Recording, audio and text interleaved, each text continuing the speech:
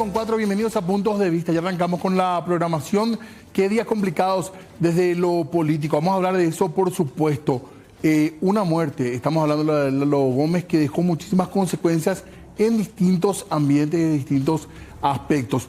Hay novedades muy importantes en Cámara de Diputados, por ejemplo, lo que tiene que ver con un pedido de renuncia.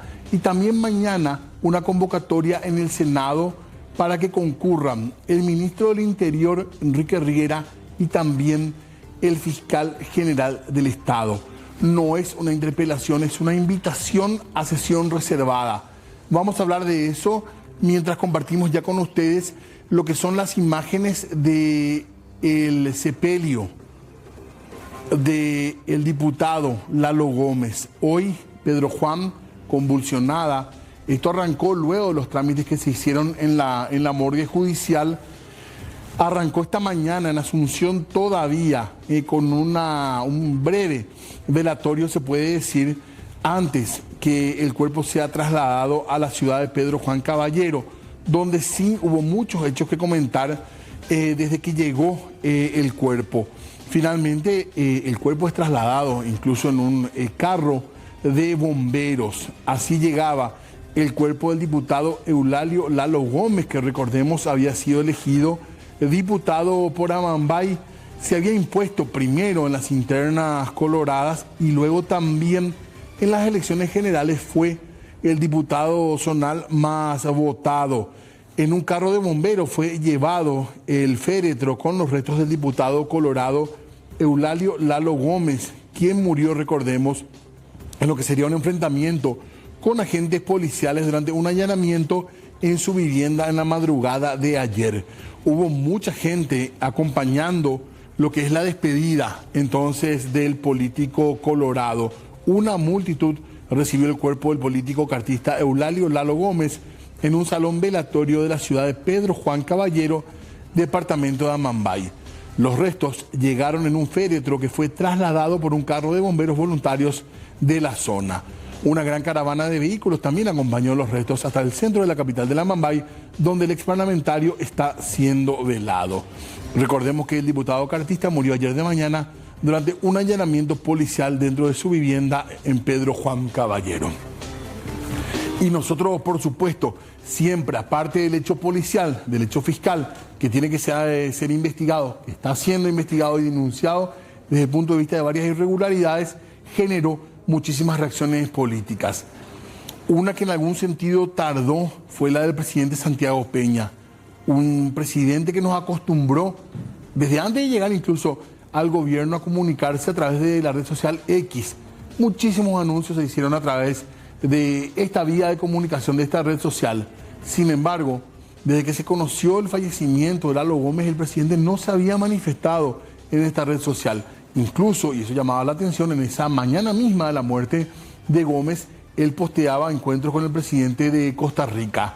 Pero hoy finalmente habló, y habló, creo, la suficiente cantidad de tiempo y dio su punto de vista sobre lo que ha sido o lo que es la muerte y también el respaldo a las instituciones, decía. Mis condolencias a la familia del diputado Lalo Gómez, realmente la pérdida de una vida humana lamentable. Mis condolencias a todos los miembros de la Honorable Cámara de Diputados. Creo que estamos todos deseosos de saber realmente qué fue lo que ocurrió. Esta es una operación de la justicia, es una investigación de la justicia que se lleva adelante por parte del Ministerio Público, que pidió la colaboración, el apoyo logístico operativo por parte de la Policía Nacional, que se cumplió. La Policía Nacional no es deliberante, cumplió con esa orden de un juez.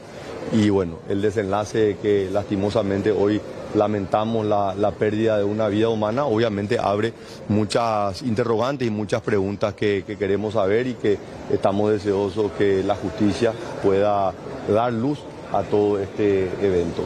Yo reafirmo mi compromiso con el trabajo de las instituciones, sea el Poder Judicial, el Ministerio Público y por supuesto la Policía Nacional, y ni qué decir, todo mi apoyo al ministro del Interior, Enrique Riera. Esto es una investigación que lleva adelante la justicia, ¿verdad? No es un ámbito desde el Poder Ejecutivo. Y el comandante tiene su apoyo, presidente, porque hay unos sectores políticos incluso de Colorado que piden El ministro del Interior tiene no solamente mi apoyo, tiene mi aprecio y tiene mi enorme respeto. Y yo creo que ese es el camino, dejar que las autoridades competentes puedan hacer la investigación, que puedan informar a la ciudadanía de realmente qué es lo que estaban buscando, por qué se hizo en ese horario, cuáles fueron las explicaciones que hoy estamos queriendo saber todos. Presidente, ¿por qué también va a investigar por qué la Fiscalía acude a la policía, no a la Senat, eran los investigadores originales? ¿Se va a invertir en cámaras también para los comandos cuando hacen este operativo como lo tiene la Senat? Sí, la respuesta es sí. Ahí estaba lo que decía Santiago Peña. Por supuesto que tenemos más reacciones políticas con respecto a esto, sobre todo lo que dejó la sesión en la Cámara de Diputados, con una declaración firmada, pero sobre todo muchos comentarios. Algunos diputados incluso bastante fuertes o en tono bastante elevado pidieron incluso la destitución del ministro del Interior, Enrique Riera. Ya vamos a hablar de eso en un ratito porque, como les decíamos, no solamente, obvio, el hecho principal, puntual, tiene que ver con la muerte de una persona, pero esto cómo impacta a nivel país en diversos estamentos. Vamos a hablar de eso y para eso también pedimos la mirada económica del doctor Víctor Pavón, que ya está conectado con nosotros para charlar a través de nuestro programa. ¿Qué tal, doctor? ¿Cómo le va? Muy buenas tardes. Muy buenas tardes, ¿cómo están? Un gusto realmente compartir contigo, con toda la audiencia. Gracias, doctor, muy amable por atendernos. Y queríamos saber un poco su mirada sobre este tipo de hechos de violencia, que ha sido muy llamativo, muy comentado también, porque claro, la noticia se cuenta en el mundo: policía paraguaya mata a diputado.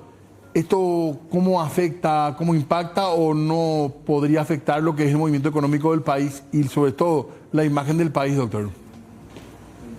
Bueno, efectivamente, todo tipo de inseguridad siempre impacta sobre los mercados, porque al final y al cabo los mercados son las personas, las familias, las empresas que de una u otra manera están decidiendo qué comprar, qué vender, comercializar, invertir, ahorrar. Y en consecuencia, cuando se vienen estos tipos de hechos luctuosos y lamentablemente ponen en riesgo muchas cuestiones que hacen a la realidad del Paraguay, tomando en cuenta que hace semanas atrás, se logró el grado de inversión y la economía paraguaya estaría creciendo casi en el orden del 3.8 a fin de año.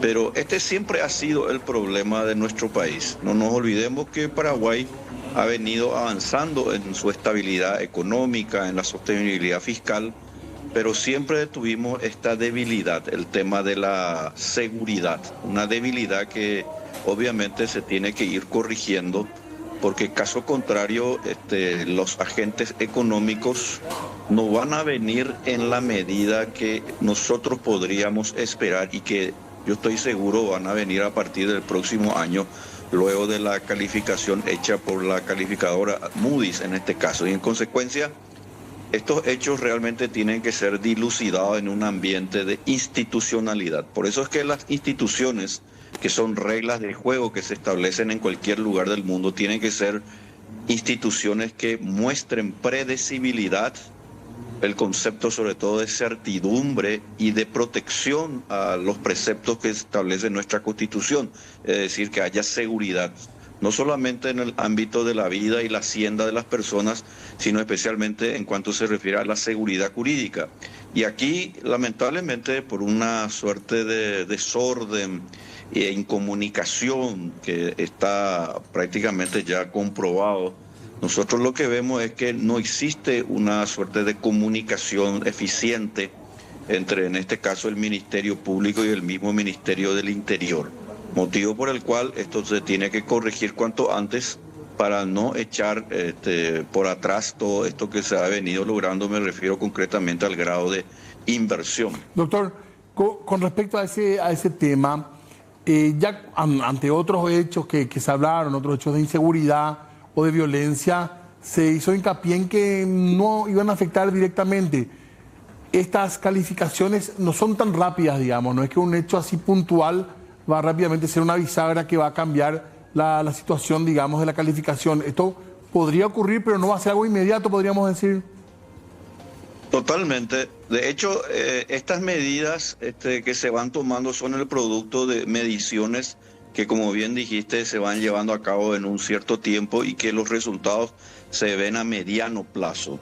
Ahora bien, acá la realidad es que si esta cuestión concretamente del diputado que lamentablemente falleció en circunstancias que deben ser dilucidadas con la investigación correspondiente, si no se establece una investigación seria realmente que pueda contar con los auspicios de lo que se denomina la transparencia y la rendición de cuentas a las instituciones que deben estar alejadas de todo interés político partidario, desde luego, pues ahí sí estos tipos de hechos envían una señal, como estaba diciendo al comienzo, a los mercados, mercados que estarán atentos, desde luego, porque esto tuvo un impacto internacional, un impacto que de luego va a ser de alguna manera conectado a los fondos de inversión que podrían venir. Por el momento, de luego, esto va a depender de lo que se haga a través de la investigación. Deseo como paraguayo, y todos nosotros tenemos que desear que la investigación sea realmente eficiente, transparente, y que obviamente las instituciones funcionen, porque si las instituciones no funcionan, los mercados, es decir, el ahorro, la inversión que van a traer puestos de trabajo, no van a venir en la medida que podrían instalarse en nuestro país, porque de 1 al 10 nosotros tenemos siempre 3, 4 como máximo, cuando que en realidad el Paraguay necesita 8, 9 en esa escala del 1 al 10, para que aproximadamente en 15 años tengamos, por ejemplo, el mismo nivel que hoy tiene España, solamente para comparar un poco y darnos cuenta de lo serio que es este tema. Con respecto a rubros muy importantes de nuestro país, como es el caso de lo que pasa por el tema de granos, en el caso de Lalo Gómez por el tema de la ganadería, ¿debería preocupar a los gremios que se utilicen ciertos rubros que son como emblemas del país para delinquir, doctor?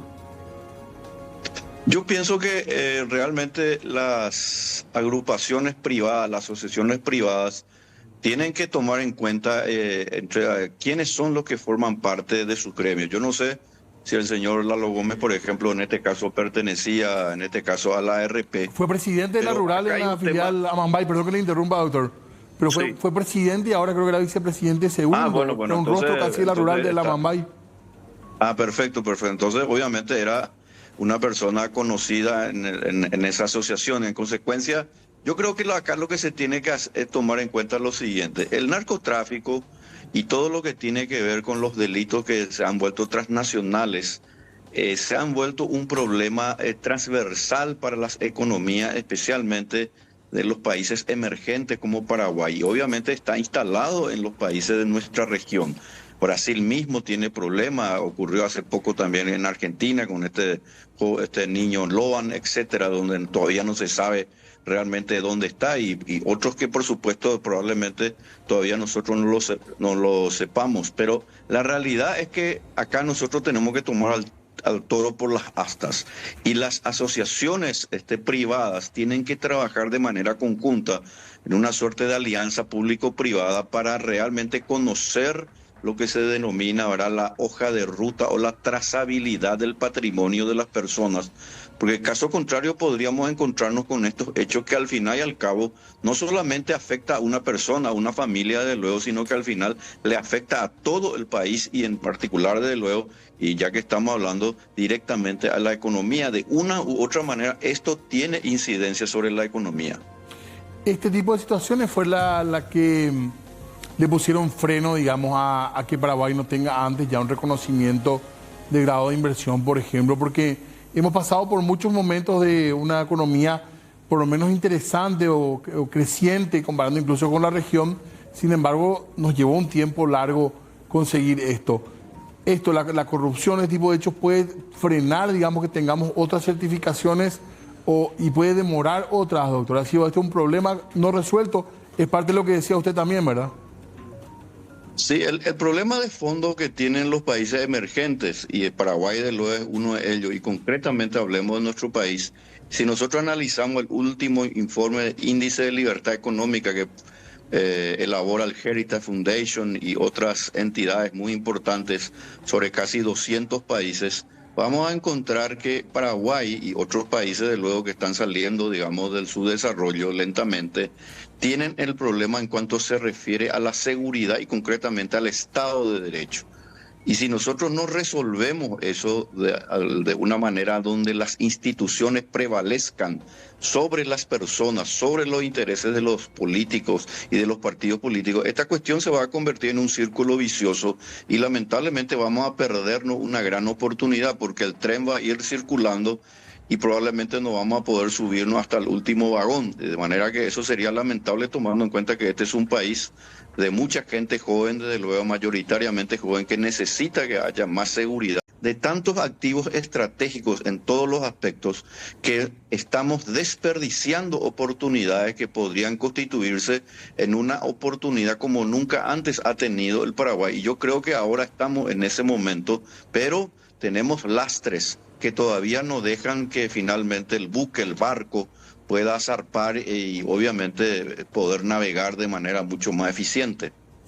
Doctor, para terminar, de mi parte, saliendo un poco de la situación particular que estamos hablando de la violencia que se vivió en las últimas horas de nuestro país, hablando un poco del tema de grado de inversión y lo que se espera que signifique también la llegada de capital y demás a nuestro país, ¿qué se le puede decir a la gente? ¿Cuándo se va a sentir en el bolsillo del ciudadano común una mejoría económica? ¿Se puede proyectar en algún tiempo? Bueno, básicamente yo creo que sinceramente a partir del año que viene va a haber cada vez mayor interés de estos fondos de inversión, pero tenemos que tomar en cuenta que los fondos de inversión se conectan a través de los bancos y entidades financieras y empresas, por supuesto, que tengan en sus propios departamentos respectivos la preparación de personas que puedan captar y dar esas informaciones para dar al lugar finalmente a esa conjunción de cooperación que se da entre las empresas. El grado de inversión sencillamente es como darle la oportunidad a un país para que pueda correr y para una carrera, pero si nosotros no resolvemos temas, desde luego eso se va a ir lamentablemente dilatando. En concreto, yo creo que a partir del año que viene, de hecho, ya vamos a tener importantes inversiones que ya se están dando de una u otra manera. Yo creo que con la fusión de muchas empresas que de alguna manera se dan dando cuenta que es mejor hacer esas fusiones para precisamente tener mejor captación de recursos que van a venir desde el exterior. Doctor, gracias por su tiempo. Seguimos conversando, muy amable. Al contrario, mucho gusto, que pasen muy bien. Hasta luego. Muchas gracias. Ahí está el doctor Víctor Pavón hablando con nosotros de lo que podría significar las repercusiones en la economía atendiendo esta situación de violencia que se da en nuestro país, cómo se cuenta la historia en el mundo entero. Nosotros tenemos que hacer una pausa. Vamos a ir hablando de otros temas, por supuesto, políticos en esta jornada para seguir midiendo el impacto que está teniendo en este momento, que está siendo velado en su ciudad, en Pedro Juan Caballero Lalo Gómez, qué impacto político tiene la muerte de este legislador. Hacemos un breve corte y ya volvemos.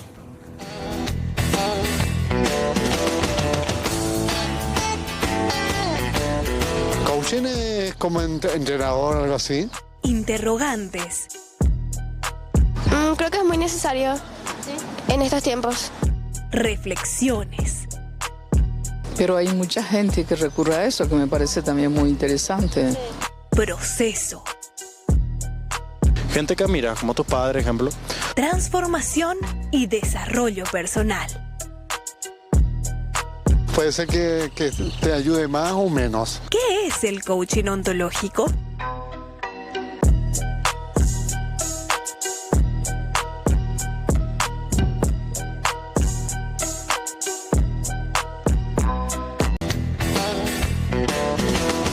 ¿Coaching es como entrenador o algo así?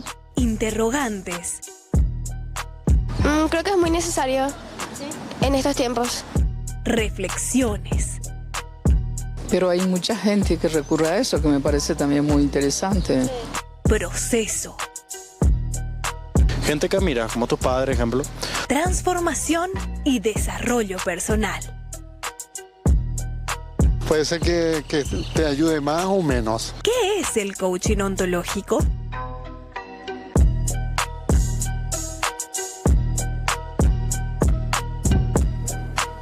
Muy bien, 19:30 minutos. Nosotros ya le presentamos algo de lo que vamos a tener en este bloque, en nuestro programa de Puntos de Vista. Salimos un ratito de la urgencia política para hablar de otro tema que tiene que ver con una palabra que para mucha gente a lo mejor es una interrogante, digo bien. Estamos hablando del coaching. ¿De qué se trata el coaching? Vamos a hablar de eso esta noche. Vamos a ver si sabes que es un coaching ontológico. La verdad que no. ¿Nunca escuchaste? No. Coaching es como entrenador o algo así. Sí. Y ontológico sería las palabras. Estudio de la palabra. Y yo por lo menos opino que eso vos puedes conseguir de forma unitaria, o sea, vos sola, a través de tus ídolos o de simplemente de gente que admiras, como tus padres, ejemplo, o de tus familiares. Y no hace falta gastar plata para conseguir una admiración o algo que te motive. Creo que es muy necesario en estos tiempos, la verdad. No. ¿No? No. ¿No conoce todavía? No. No tengo idea. ¿No? Hasta ahora sabemos que una persona que te ayuda en tu crecimiento personal. Vos, por ejemplo, pagarías un servicio así. Y probablemente sí. Y depende. No, o sea, del estado de ánimo tuyo, puede ser que te ayude más o menos. Pero yo creo que sí, yo me anotaría. Y si puedo pagar, si es que no puedo. Yo creo que no preciso, yo me siento muy bien, no preciso ninguna ayuda de afuera, pero hay mucha gente que recurre a eso, que me parece también muy interesante, si uno precisa, y sí, porque lo importante es saber que no sea, porque hoy tantas cosas se inventan solo por quitarte dinero, como se dice, entonces hay que ser prudente en eso.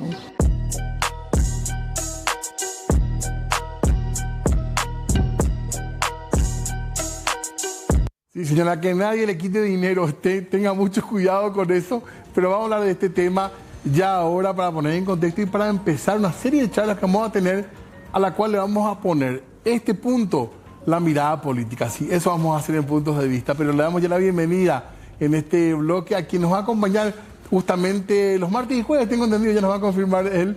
Estamos hablando del licenciado Sergio Carrón, que ya está con nosotros en esta tarde-noche. ¿Qué tal, Sergio? ¿Cómo estás? Hola, Diego, ¿cómo te va? ¿Cómo andamos, che? Todo bien. Bueno, fantástico el material que prepararon. Sí, yo creo que el coaching ontológico. Para muchas preguntas. Bueno, para responder a esa pregunta te quiero mostrar este autito y te quiero decir que vos ves. Estamos con Tereré nosotros, aclaramos. Con Tereré, claro. El bloque habilitado el Tereré.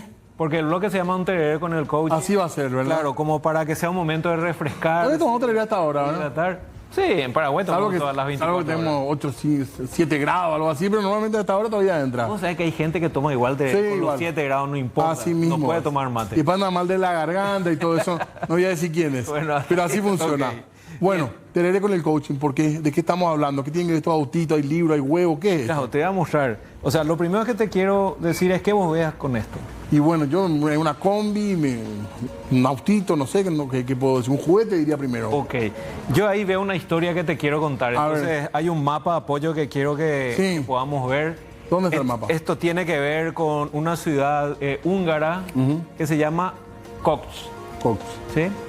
Parecería no tener mucho sentido. Lo que pasa es que en esta ciudad húngara se fabricaban unas carretas. Unas carretas muy novedosas para su época, que eran de mimbre, con un acolchado espectacular, y que era un vehículo que, como en su época fue una combi, o como un auto como este, marcaron, diríamos, tendencia en su época. Fueron unos vehículos que después fueron llevados a las universidades en Estados Unidos. Y los profesores se trasladaban entre las casas, en el campus, en estos carros. ¿Y qué pasaba con eso? Que cuando los alumnos veían que venía un profesor a dar una clase particular, decían, mira, ahí viene el coach. Y lentamente se fue transformando en la palabra coach. O sea, de un carro húngaro. De un carro húngaro se derivó a pero ahí también salió la palabra coche, carro, ¿verdad? Una serie de palabras que se utilizaron en Europa para nombrar lo mismo. Entra al inglés, digamos, desde esa palabra húngara. Claro, entra al inglés. Y ahora, lo importante es esto, que la analogía del vehículo es muy buena para explicar lo que es el coaching, porque por un lado es el transporte que te lleva de un lugar a otro, y acá hay un punto que decía una de las señoras en la entrevista. El coaching lo que trata de establecer es un lugar donde vos estás, un lugar donde vos querés llegar y te ayuda a achicar esa distancia. Y ahí podría ser como un vehículo. Pero por otro lado también es el conductor. Es la persona que a través de cierta metodología te ayuda a recorrer esa distancia y a achicarla. Y ahí podríamos hacer incluso una comparación con el taxista. ¿Qué pasa cuando vos te subís a un taxi? ¿Qué te pregunta el taxista? ¿Dónde te vas primero? ¿A dónde te vas? Entonces, esa es la pregunta. Desde ahí actúa un coach y sobre todo un coach ontológico. ¿Dónde vos, Diego, querés llegar con esta intervención para la cual me buscas a mí? Y ahí comenzamos a diferenciar, porque por un lado está la palabra coach y por otro lado está lo que se le pone como complemento. Por ejemplo, es distinto a un coach deportivo, una intervención distinta. Es distinto al famoso coach motivacional, que en realidad termina siendo un charlista, alguien que genera estímulos. Que se vincula mucho con eso, ¿verdad? Que se vincula mucho, claro. Y es una parte muy conocida, digamos. Claro, y ahí es donde tenemos que utilizar otro elemento para diferenciar eso. Y el elemento es el huevo.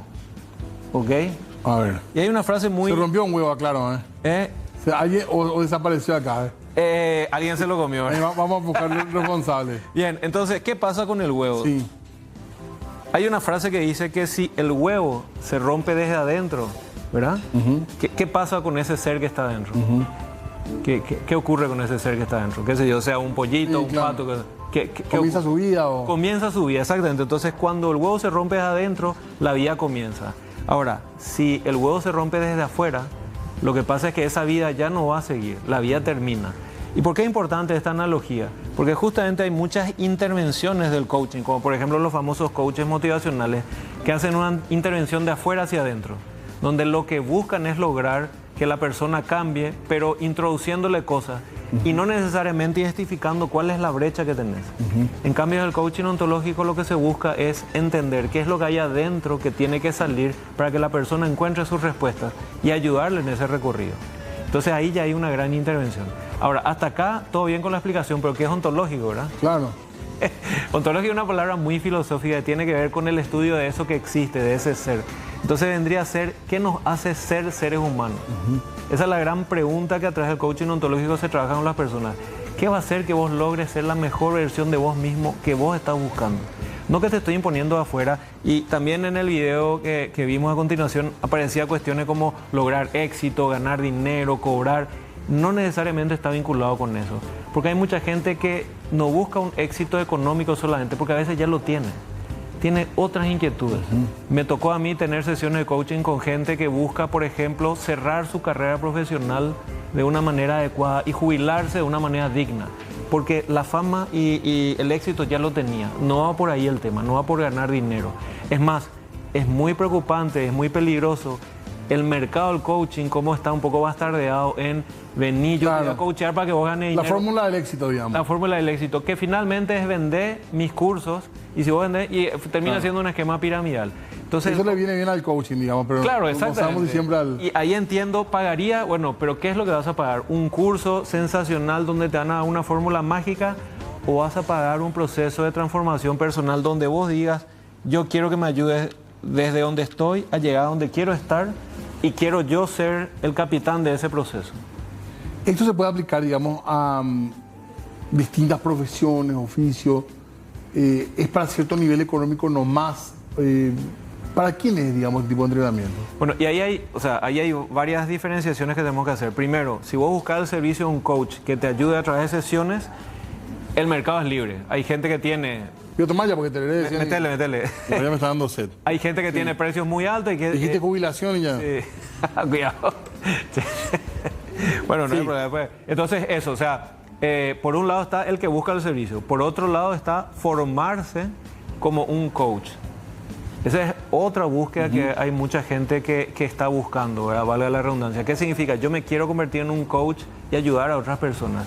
Y ese sí es un proceso que tiene valores según las escuelas que hay. Y es muy importante entender esto también.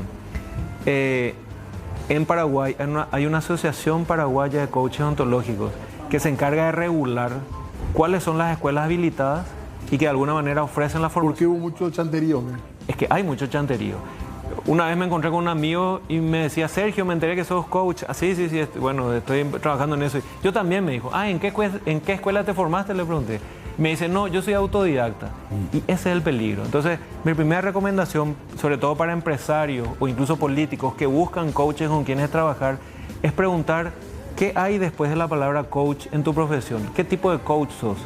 Y lo segundo es en dónde te formaste y qué tanto reconocimiento o aval tiene ese lugar donde te formaste. ¿Sí? Porque también hay gente que ofrece formación en 2 días y ya salís como un coach ontológico, capaz de ayudar a una persona en un proceso de transformación personal. Y es un poco ambicioso.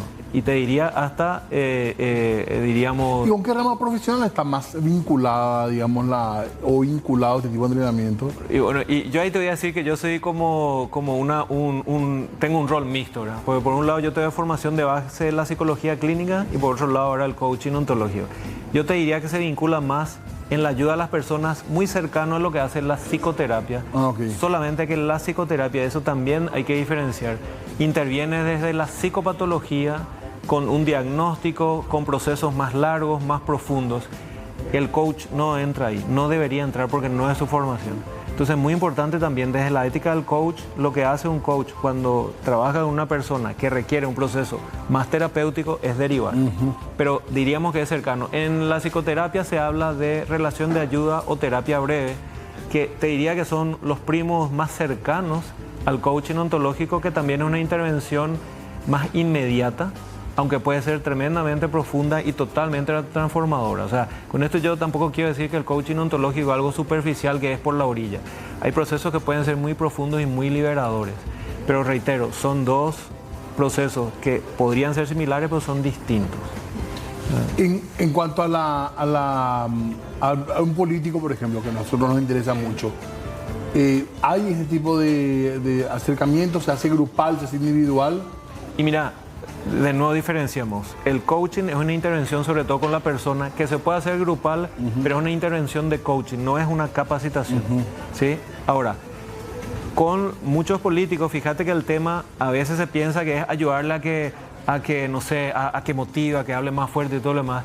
Y a veces es ayudarle a preguntarse, bueno, ¿cuál es su inspiración? ¿Por qué él está ahí? ¿Cómo puede comprenderle mejor a su audiencia? ¿Cómo puede tener otra corporalidad? ¿Cómo puede tener otra emocionalidad a la hora de hablar? Y también ayudarle, por ejemplo, a un pánico escénico, a una dificultad para escuchar, trabajar la apertura, para escucharle a la gente cuando vienen con algún reclamo y cómo administrar eso, cómo mantener la calma, cómo mantener el equilibrio frente a situaciones que en general siempre son, diríamos, estresantes o desafiantes, ¿verdad? Esto comenzábamos, y ahí tenemos nuestro mapa, comenzábamos con un lugar de Hungría. Sí. Así arrancaba, ahí tiene el mapa, mira. Sí, así ahí mismo. está el mapa, así, ahí empezaba todo. Claro, pero empezaba de una manera indirecta. Claro. ¿Sí? Con la fabricación de estos vehículos que al final se convirtieron en una metáfora de... De eso convierte en ese. ¿Qué es? Una combi eso, ¿verdad? Esto es una combi. Esto me trajo la producción y estoy a punto de robarle porque además se abren las puertas y todo. Pero bueno, imagínate que sí, que termina siendo un vehículo el coaching, una profesión que es un vehículo que te traslada a donde querés llegar y con un profesional que si está formado en los lugares adecuados, certificados, también lo puede hacer de una manera que ese proceso sea una transformación tuya, no impuesta desde afuera. Recordá que sea un proceso de que salga de dentro tuyo y ahí la vida se va a generar. Yo me asusté porque dije, bueno, vamos a hablar de coaching hoy y de repente ya veo un pañuelo de mago acá y que le estaban preguntando algo. Sí. Que hay magia también en el lo que pasa es que hay un tema muy importante, ¿sí? Y hoy estaba haciendo acá una pequeña encuesta. ¿Una pequeña encuesta? Sí. ¿Qué color ves? No va a aparecer plata. No, plata no va a aparecer. No, mago no soy. Ni una paloma tampoco. Ojalá, ¿verdad? No, me parece la plata. Ojalá. Che, a esto, ¿por qué los magos deberían ser multimillonarios? Pero bueno, no vamos a hablar de eso. ¿Qué color ves acá? Y yo veo un lila, claramente. Lila. Por ahí, ¿vos qué color ves? Hacemos los políticos. Yo tengo que empezar a distinguir que me cuesta escuchar. Y al costarme escuchar, no estoy disponible a la gente a la que tengo que conquistar, en el buen sentido de la palabra, y luego servir. Y si yo no distingo que me está costando escuchar, no voy a tomar acción para mejorar eso.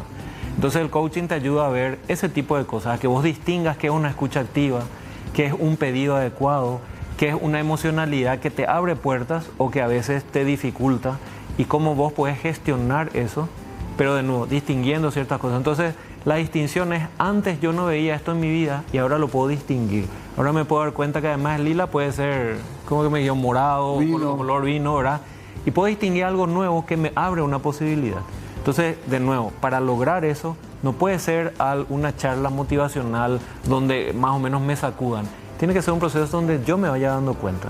Y ahí es donde entramos los coaches ontológicos. ¿Te esperamos el jueves? Por supuesto. ¿Para otro tereré?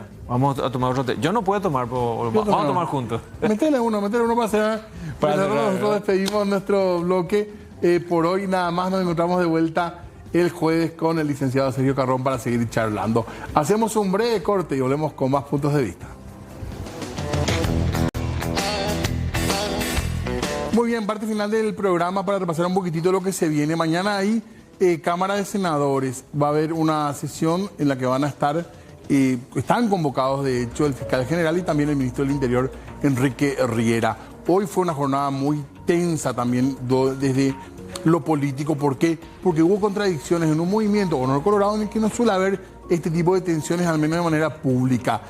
Al tiempo en que en la Cámara de Diputados pedían que se destituya al ministro del Interior, Enrique Riera, incluso por no tener la capacidad, decía el diputado Sgay, aparecía este posteo del vicepresidente Pedro Aliana que hablaba de no estar de acuerdo con la decisión asumida todavía cuando hablaban de lo que era la destitución. Finalmente lo que hace Diputados es firmar un pedido de renuncia, una exigencia de renuncia del ministro Enrique Riera. Pero como les decíamos, algunos diputados pidieron que sea destituido, como el caso del diputado Carlos Marcial Godoy, que decía esto. Me duele en el alma, me duele en el corazón y a lo mejor va a caer mal dentro de mi bancada. Pero la indiferencia con la familia, con los colegas del presidente de la República nos duele, porque nosotros somos su familia, somos su amigo, y acá no se le dio el derecho a la defensa a Lalo Gómez, no se respetó sus derechos constitucionales. Esa es la realidad.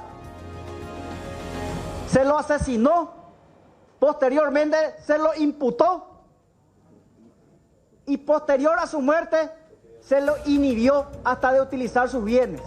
Guatamina de calcular el procedimiento de Yarecoa.